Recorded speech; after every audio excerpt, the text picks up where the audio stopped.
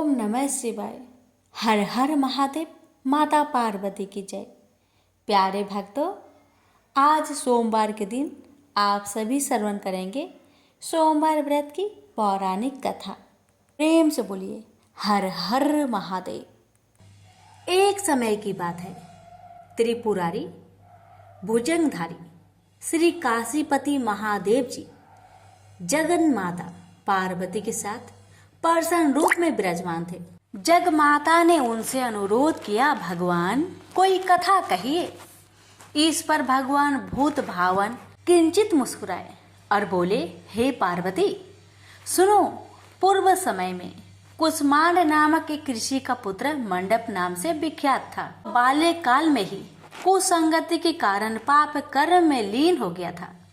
अतः उसकी निंदित कथाओं को सुनकर उसके पिता, माता, भाई आदि सभी संबंधियों ने उसको अपने से अलग कर दिया।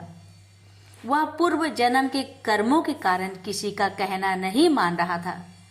उसकी आदतें यहाँ तक कि खराब हो गई कि वह साधु, महात्मा, सत्पुरुषों एवं देवी देवताओं तक की निंदा करने लगा।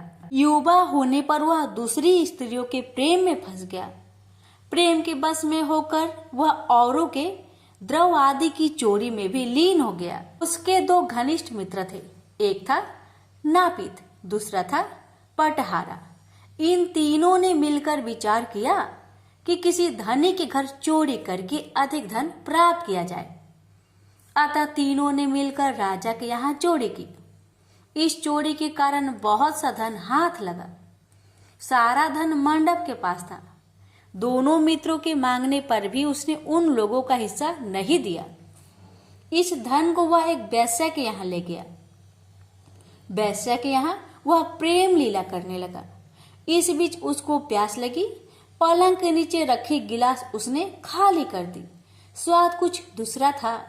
इसमें क्या था? उसने वेश्या से पूछा। इसमें मदिरा थी। मंडप को इससे बड़ा दुख हुआ। मदिरा पान करके उसने महापाप किया है, यह सोचकर वह बड़ा दुख करने लगा। पर वेश्या बराबर मदिरा का गुणगान करती गई। उसने मंडप को फुसलाकर और मदिरा पिला दी तथा उसका सारा धन लेकर उसको बाहर निकाल दिया। होश में आने पर मंडप बड़ा विलाप करने लगा। पश्चाताप करता हुआ वह अपने मित्र के पास आया। सारी आप बीती सुना दी। उन मित्रों ने कहा, हे मित्र, तुमने मदिरा पान करके बड़ा पाप किया है। अब तुम इसका प्रायश्चित करो। मुझे प्रायश्चित का उपाय कहो। बिना प्रायश्चित के सुरापान का दोष नहीं मिटेगा। अतः उस वेश्या से स्वर्ण प्राप्त कर दान करो।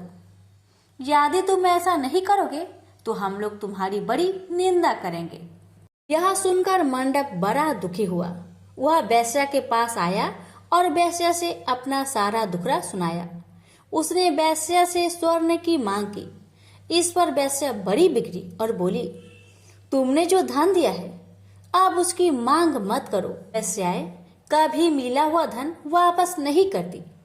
क्या तुमको इस साधारण नियम का ज्ञान नहीं है?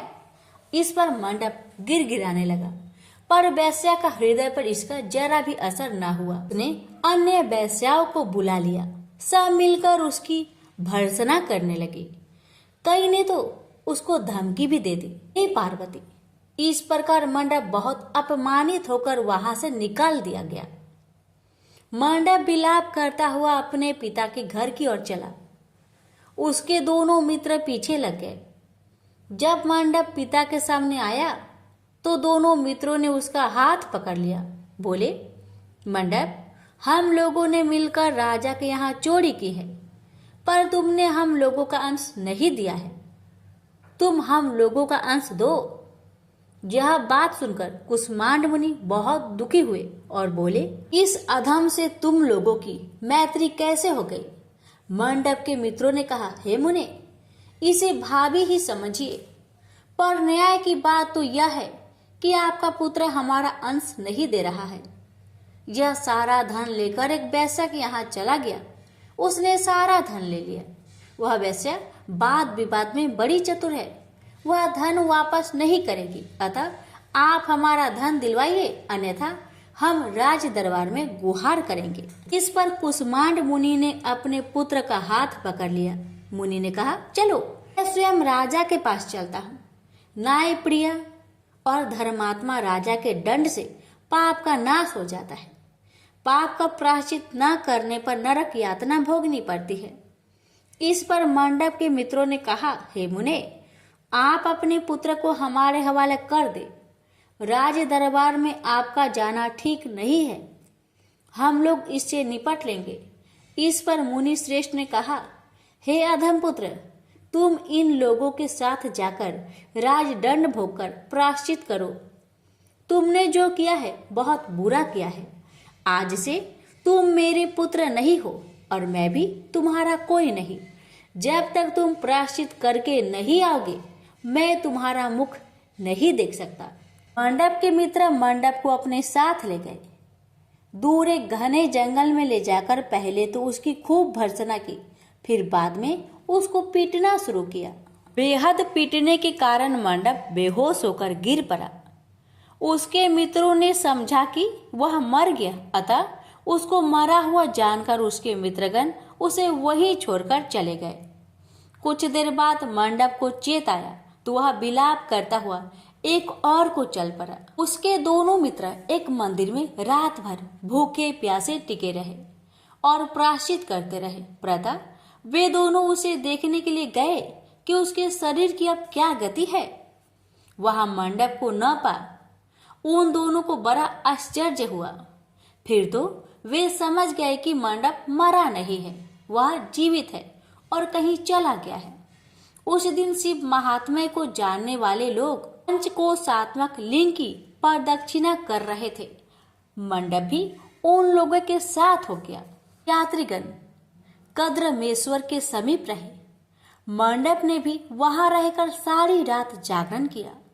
सब यात्रियों ने उसको साधु मान लिया और वह इस बात को भी मान गए कि वह परम शिव कुष्मांड का पुत्र मंडप है। मंडप शिवव्रतधारी परम शिव साधु के रूप में मान लिया गया। मंडप ने शंकर प्रतिमा के समक्ष नृत्य और भजन प्रारंभ कर दिया।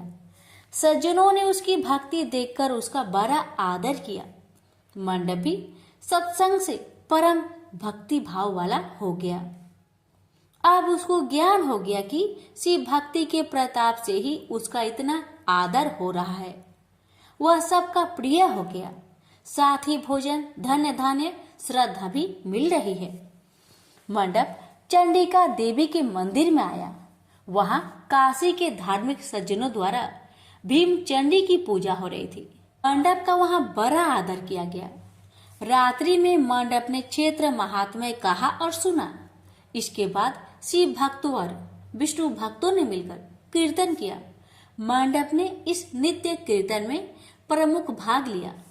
इससे प्रसन्न हो सबने मंडप की भूरी भूरी प्रशंसा की। इस प्रकार मंडप का मन शिव में लग गया। हे पार्वती, इस प्रकार मंडप मेरे क्षेत्र की प्रदक्षिणा करने लगा। ब्रह्म हत्या, सुरापान और चौड़े कर्म आदि पापों से छुटकारा पाने के लिए मेरी स्तुति करने लगा। इस प्रकार की आराधना से वह सारे पापों से मुक्त हो गया।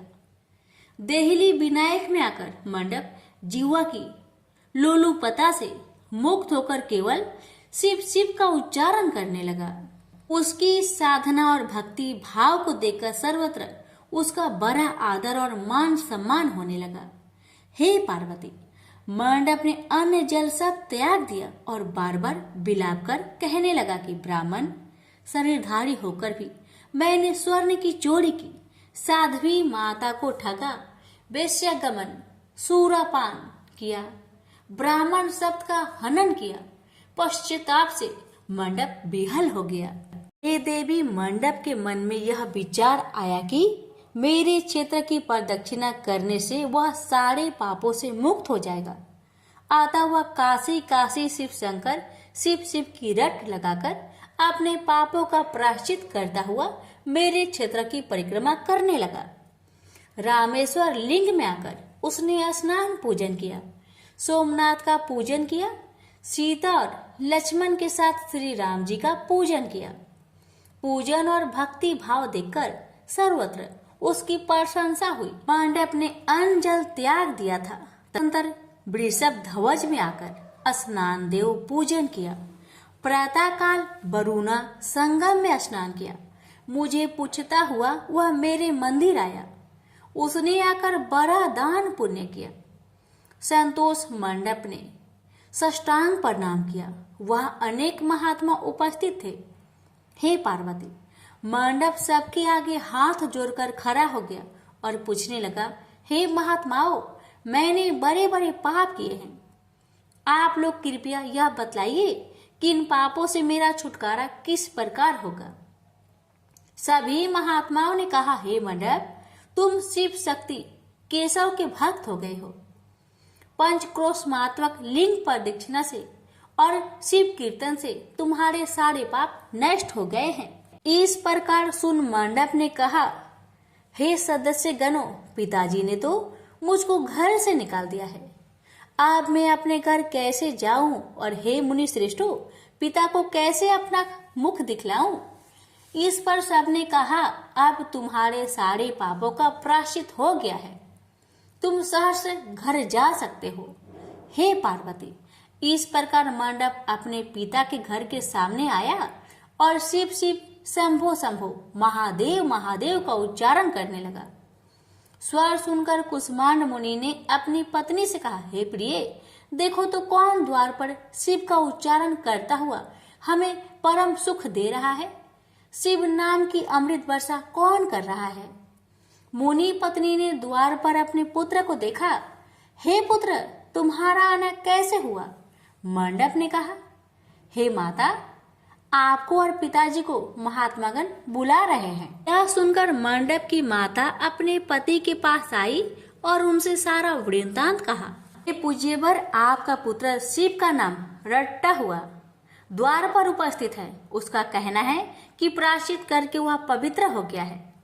सदस्यगण आपको बुला रहे हैं। वे प्रायश्चित का प्रमाण देंगे। कुष्मांड मुनि दरवाजे पर आए। उन्होंने रुद्राक्षधारी शिव भक्त मंडप को देखा। तुम क्यों आए हो। थोड़े से प्रायश्चित से बड़े पाप का नाश नहीं होता है। मंडप ने कहा, हे पिताजी, इसमें कोई संदेह नहीं है कि मैंने बड़े पाप किए हैं। इतना होने पर भी महात्मागण आपको बुला रहे हैं। मुनि अपनी पत्नी के साथ महात्माओं के पास आए। महात्माओं ने एक स्वर से कहा, हे मुनिवर, आपका पुत्र समस्त पापों से मुक्त हो गया है। कुष्मांड ऋषि ने पूछा, हे मुनि श्रेष्ठों, किस आधार पर आपकी दृष्टि में मेरा पुत्र पाप मुक्त हो गया है। इसने तो बड़े बड़े पाप किए हैं। महात्माओं ने कहा, हे मुनि, इस मुक्ति मंडप के स्वामी श्री भगवान विष्णु है। वही इसका उत्तर देंगे। महात्माओं ने विष्णु भगवान की स्तुति की। इस पर आकाशवाणी हुई, हे स्तुति करने वाले महात्माओं, यह महापापी मंडप जो कुष्मांड मुनि का पुत्र है, अब अपने पापों से मुक्त हो शुद्ध हो गया है। यह साधु संतों के साथ शिव शंकर के क्षेत्र की परिक्रमा कर चुका है। अब कुष्मांड मुनि इसे ग्रहण कर सकते हैं। इस प्रकार हे पार्वती, मंडप को कुष्मांड मुनि आदर पूर्वक अपने घर ले गए। इस कथा को सुनकर माता पार्वती परम प्रसन्न हुई। बोली, प्रभु, आपने यह महत्वपूर्ण कथा कही। इससे कलयुग में प्राणियों का बड़ा भला होगा। कृपा कर इस पर कुछ और प्रकाश डाले। इस पर शिवजी बोले, हे पार्वती, अब तुम भैरव जी की कथा सुनो। इस पर भैरव जी प्रकट हुए और बोले, त्रेता युग में समदर्शी सांडलिय नाम का एक ब्राह्मण था। वह महापंडित था। उसकी पुत्री का नाम विशालाक्षी था। वह अति सुंदरी थी। बाल्यकाल में ही उसके पिता ने उसका विवाह कर दिया। विवाह के बाद भी वह अपने पिता के घर पर रहती थी। वह युवा हो गई। युवा अवस्था होने पर भी उसका पति न आया, अतः सांडिल्य ब्राह्मण की कन्या पाप रहता हो गई। इस कन्या ने काशी में बड़े पाप किए। सुंदरी होने के कारण दूर दूर के युवक उसके पास आने लगे। एक समय की बात है, बड़े बड़े पापों को नष्ट करने वाली पंचक्रोशी यात्रा के मार्गियों एक कर वह विचारने लगी कि इस लोगों को पाप रट किया जाए। उस रात यात्रीगण दुर्गा कुंड पर रुके थे। विशालाक्षी धन के लोभ से वहां गई, वहां भजन कीर्तन कर स्वयं रचाया। यात्री उसका भक्ति भाव देखकर प्रसन्न हुए और उसे वैष्णवी समझ बड़ा दान पुण्य किए। इस लोभ के कारण वैश्या विशालाक्षी यात्रियों के साथ हो गई। कर्म मेदेश्वर दहलीज रामेश्वर में उसने निवास किया और वरुणा संगम में स्नान किया। यात्रियों द्वारा उसने काशी महात्म्य की कथा भी श्रवण की। इस सत्संग समागम से विशालाक्षी की आंखें खुल गई। उसने अपने पर बड़ा पश्चाताप किया। यात्रियों का सारा धन उसने लौटा दिया और पाप से अलग होने का निर्णय कर लिया। उसने महात्माओं से पूछा, हे देवताओं, मैं बड़ी पापिनी हूँ, कृपया मेरी मुक्ति का उपाय कहिए। इस पर महात्माओं ने कहा, देवी तुम धन्य हो, तुमको पापों से भय नहीं करना चाहिए।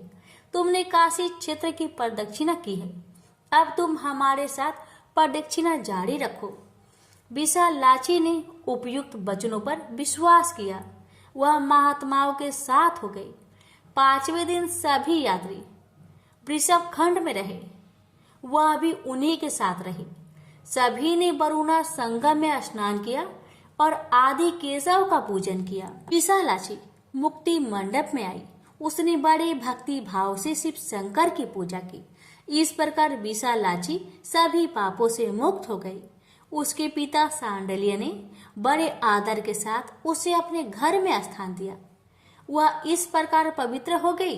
भैरव जी बोले, हे पार्वती, यह काशी क्षेत्र का महात्म्य है।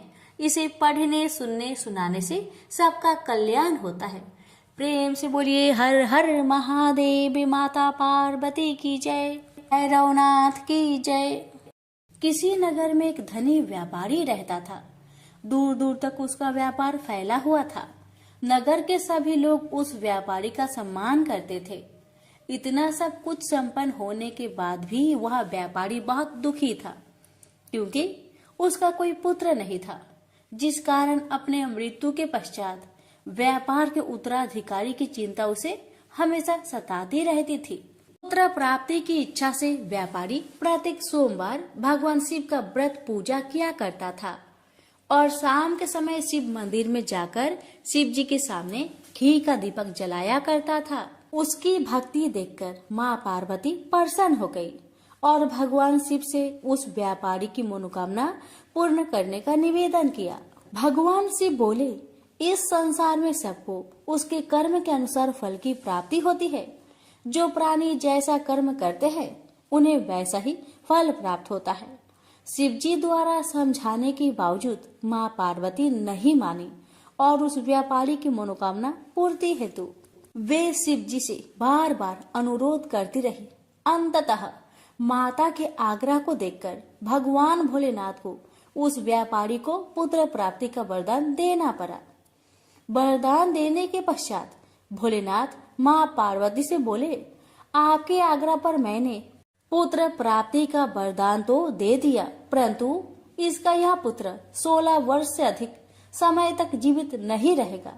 उसी रात भगवान शिव उस व्यापारी के सपने में आए और उसे पुत्र प्राप्ति का वरदान दिया और उसके पुत्र की 16 वर्ष तक जीवित रहने की भी बात बताई।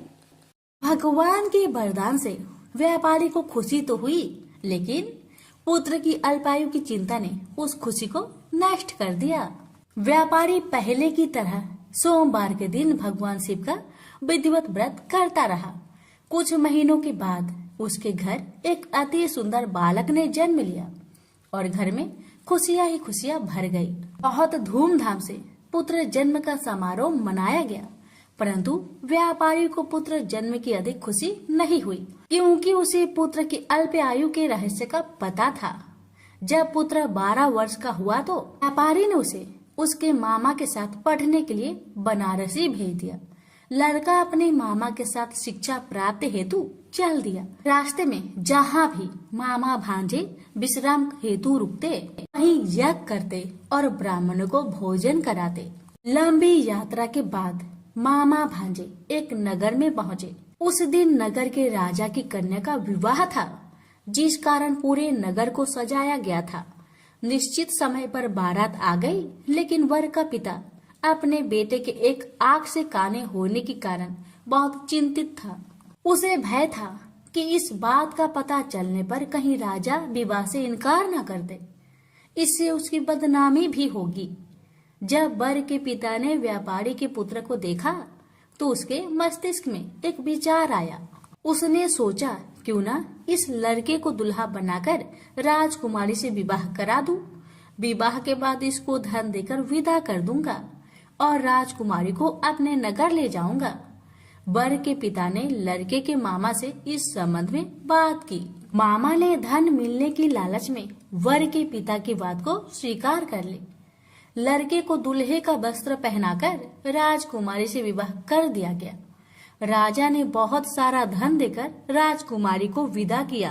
शादी के बाद लड़का जब राजकुमारी के साथ लौट रहा था तो वह सच नहीं छिपा सका और उसने राजकुमारी के ओढ़ने पर लिख दिया, राजकुमारी, तुम्हारा विवाह मेरे साथ हुआ था। मैं तो बनारसी पढ़ने के लिए जा रहा हूँ और अब तुम्हें जिस नवयुवक की पत्नी बनना पड़ेगा वह कान्हा है। जब राजकुमारी ने अपनी ओढ़नी पर लिखा हुआ पढ़ा तो उसने कान्हे लड़के के साथ जाने से इनकार कर दिया। राजा को जब ये सब बातें पता लगी तो उसने राजकुमारी को महल में ही रख लिया। उधर लड़का अपने मामा के साथ बनारसी पहुंच गया और गुरुकुल में पढ़ना शुरू कर दिया। जब उसकी आयु 16 वर्ष की हुई तो उसने यज्ञ किया। यज्ञ की समाप्ति पर ब्राह्मणों को भोजन करवाया और खूब अन्य वस्त्र दान किए। रात को वह अपने शयन कक्ष में सो गया। शिव के वरदान के अनुसार शयन अवस्था में ही उसके प्राण पेखरू उड़ गए। सूर्योदय पर मामा मृत भांजे को देखकर रोने पिटने लगा। आसपास के लोग भी एकत्र होकर दुख प्रकट करने लगे। लड़के के मामा के रोने विलाप करने के स्वर समीप से गुजरते हुए भगवान शिव और माता पार्वती ने भी सुने। माता पार्वती ने भगवान से कहा, प्राणनाथ, मुझे इसके रोने का स्वर सहन नहीं हो रहे। आप इस व्यक्ति के कष्ट को अवश्य दूर करें। भगवान शिव ने माता पार्वती के साथ अदृश्य रूप में समीप जाकर देखा तो भोलेनाथ माता पार्वती से बोले, यह तो उसी व्यापारी का पुत्र है जिसे मैंने 16 वर्ष की आयु का वरदान दिया था। इसकी आयु पूरी हो गई है। माँ पार्वती ने फिर भगवान शिव से निवेदन कर उस बालक को जीवन देने का आग्रह किया। माता पार्वती के आग्रह पर भगवान शिव ने उस लड़के को जीवित होने का वरदान दिया और कुछ ही पल में वह जीवित होकर उठ बैठा। शिक्षा समाप्त करके लड़का मामा के साथ अपने नगर की ओर चल दिया। दोनों चलते हुए उसी नगर में पहुंचे जहां उसका विवाह हुआ था। उस नगर में भी यज्ञ का आयोजन किया। समीप से गुजरते हुए नगर के राजा ने यज्ञ का आयोजन देखा और उसने तुरंत ही लड़के और उसके मामा को पहचान लिया। यज्ञ के समाप्त होने पर राजा मामा और लड़के को महल में ले गया और कुछ दिन उन्हें महल में रखकर बहुत सा धन वस्त्र आदि देकर राजकुमारी के साथ विदा कर दिया।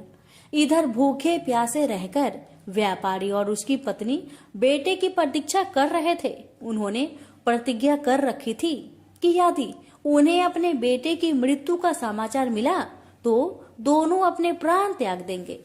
परंतु जैसे ही उसने बेटे के जीवित वापस लौटने का समाचार सुना तो वह बहुत परेशान हुआ। वह अपनी पत्नी और मित्रों के साथ नगर के द्वार पर पहुंचा। अपने बेटे के विवाह का समाचार सुनकर पुत्र वधू राजकुमारी को देखकर उसकी खुशी का ठिकाना न रहा। उसी रात भगवान शिव ने व्यापारी को सपने में आकर कहा, हे श्रेष्ठी, मैंने तेरे सोमवार व्रत करने और व्रत कथा सुनने से प्रसन्न होकर तेरे पुत्र को लंबी आयु प्रदान की है। पुत्र की लंबी आयु जानकर व्यापारी बहुत प्रसन्न हुआ। शिव भक्त होने तथा सोमवार का व्रत करने से व्यापारी की सभी मनोकामनाएं पूर्ण हुई। इसी प्रकार जो भक्त सोमवार का विधिवत व्रत करते हैं और व्रत कथा सुनते हैं, उनकी सभी इच्छाएं पूरी होती है। बोलिए उमापति शंकर भगवान की जय।